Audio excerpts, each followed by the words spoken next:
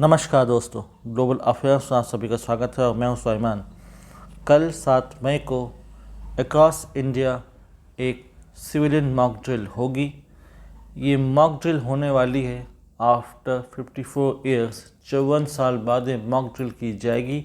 Across India अलग अलग states में से कंडक्ट किया जाएगा और ये किया जाएगा in the wake of air red, hostile enemy attack, कोई मास इवैक्यूएशन है, कोई एक्सटर्नल थ्रेट है, उसको न्यूट्रलाइज करने के लिहाज से इस मॉक ड्रिल को कंडक्ट किया जाएगा।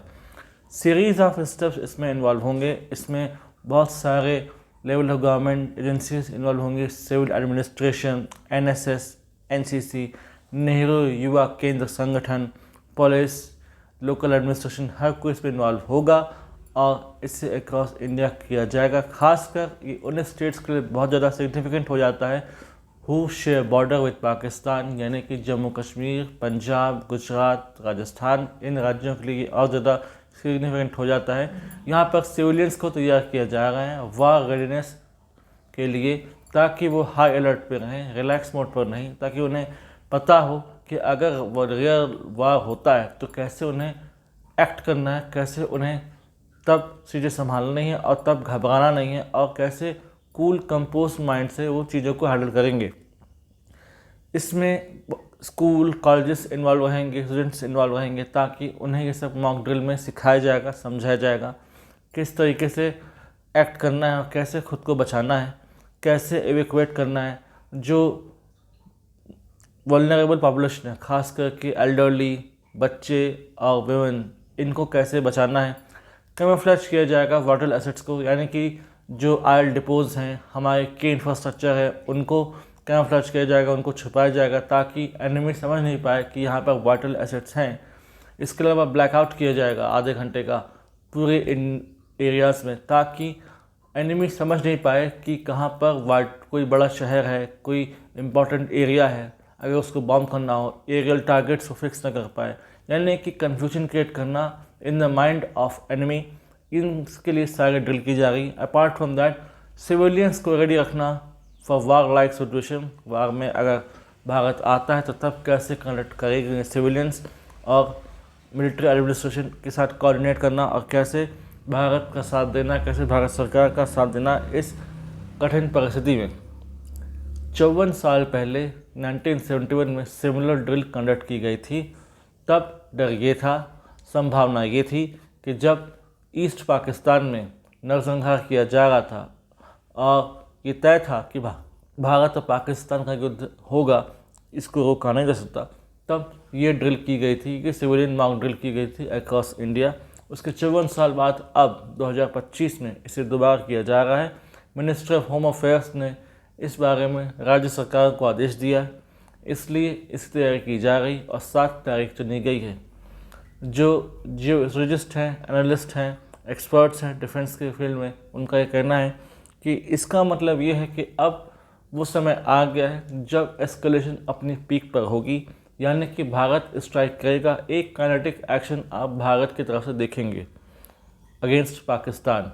पहलगाम टेरर अटैक हम सभी जानते हैं, 22 अप्रैल को ये हुआ, जहाँ पर 28 निर्दोष नागरिकों की जान गई। टेररिस्ट ने उन पर गोलीबारी की, जिससे पता चलता है कि कैसे आज भी टेरर एलिमेंट्स पेनिट्रेट करना चाहते हैं into India, into Kashmir valley. और इसे कनेक्ट किया था द रेजिस्टेंट फ्रंट, जो कि मुखौटा है लश्कर तैयबा का, और लश्कर तैयबा को पालता पोसता पाकिस्तान है और पाकिस्तान की आर्मी और उनकी ISI। मॉक ड्रिल के थ्रू ये भी क्लियर हो जाएगा कि Indian arm forces, internal security agency, civilians किस हद तक तैयार हैं और उनको कितना और समय लगेगा प्रिपेयर्डनेस के लिए, उनको वार लाइक सिचुएशन के लिए एक्लिमेटाइज करना, उनको उस सांचे में ढालना, उस स्थिति में ढालना जब उनके पास एक कंटिजेंसी समय होगा जहां पर उन्हें क्विकली रिस्पॉन्स करना है, कैसे छुपना है, कैसे खुद को बचाना है, दूसरों को बचाना है, दूसरों की रक्षा करनी है, कैसे कम से कम सिविलियन कैजुअलिटी हो ये इंश्योर करना, और कैसे civil administration and military administration coordinate करेंगे आपस में और दोनों के बीच एक अच्छा खासा कोऑर्डिनेशन हो, ये भी इंश्योर करना इस मॉक ड्रिल का एक हिस्सा है। अब अगर पाकिस्तान की बात करें तो पाकिस्तान में हालत ख़राब है।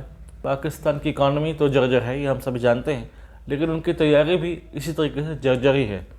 पाकिस्तान के जितने भी ऑर्डिनेंस फैक्ट्रीज़ हैं वो आउटडेटेड मटेरियल यूज़ करते हैं। उनके पास lack of information, lack of technology है, सेमी ऑटोमेटेड मशीन्स इनकी कमी है, हथियारों की कमी है, टेक्नोलॉजी की कमी है, फंड्स की कमी है और मैन पावर की कमी है। यानी कुल मिलाकर हर तरीके से पाकिस्तान की समस्या बनी हुई है। 4 दिन का उनके पास गोला बारूद हथियार है, उसके बाद ये सेना सरेंडर ही करने वाली है। पैसे कमाने के लिए और under the pressure of USA Pakistan ने अपने हथियार बेच दिए थे यूक्रेन को इन यूक्रेन रशिया वॉर। और आपको आश्चर्य होगा ये सुनकर जब मैं आपको ये बताऊंगा कि इन्होंने इनडायरेक्टली थ्रू इंटरमीडियरीज इज़राइल को भी हथियार बेचे। जी हाँ, Israel, can you believe, Israel एक ऐसा देश जहाँ पर जाने पर पाबंदी है, जहाँ पर पाकिस्तान के पासपोर्ट लिखा है कि this passport is valid for all countries except Israel. Israel को पाकिस्तान मान्यता तो नहीं देता, लेकिन पैसे कमाने के लिए, डॉलर्स कमाने के लिए, अपना फॉरेन एक्सचेंज रिजर्व को और बढ़ाने के लिए उन्होंने इज़राइल के लिए भी बलत भेज दी और वहाँ से भी पैसे कमा लिए। तो इस हद तक यहाँ की लीडरशिप है कि पैसों के लिए कुछ भी कर सकते हैं। ये शो इंडिकेट करता है। इनके आर्मी जनरल्स की फैमिलीज़ भाग चुकी हैं, पॉलिटिकल एलीट, पॉलिटिकल क्लास भागने की तैयारी कर रहा है। इनके Asim Munir, chief of army staff, इनका पता नहीं, कई दिनों से बीच में इनकी अपीयरेंस दिखाई गई थी, लेकिन ऐसा बताया जा रहा है कि न्यूक्लियर बंकर में छुपे हुए बैठे हुए हैं और इनकी ओवरऑल कंडीशन पूरी तरीके से ख़राब है। आइसोलेटेड हैं, इग्नोर्ड हैं। यूएनएससी की मीटिंग हुई, कोई ख़ास उसमें रिजल्ट निकला नहीं। रशिया से बात की गई पाकिस्तान द्वारा, उनको भी वहाँ निराशा मिली। रशिया ने साफ मना कर दिया किसी प्रकार की हेल्प से। सिमिलरली यूएस से भी कोई हेल्प इनको नहीं मिल रही है। तो अब ये देश मारा मारा फिर रहा है।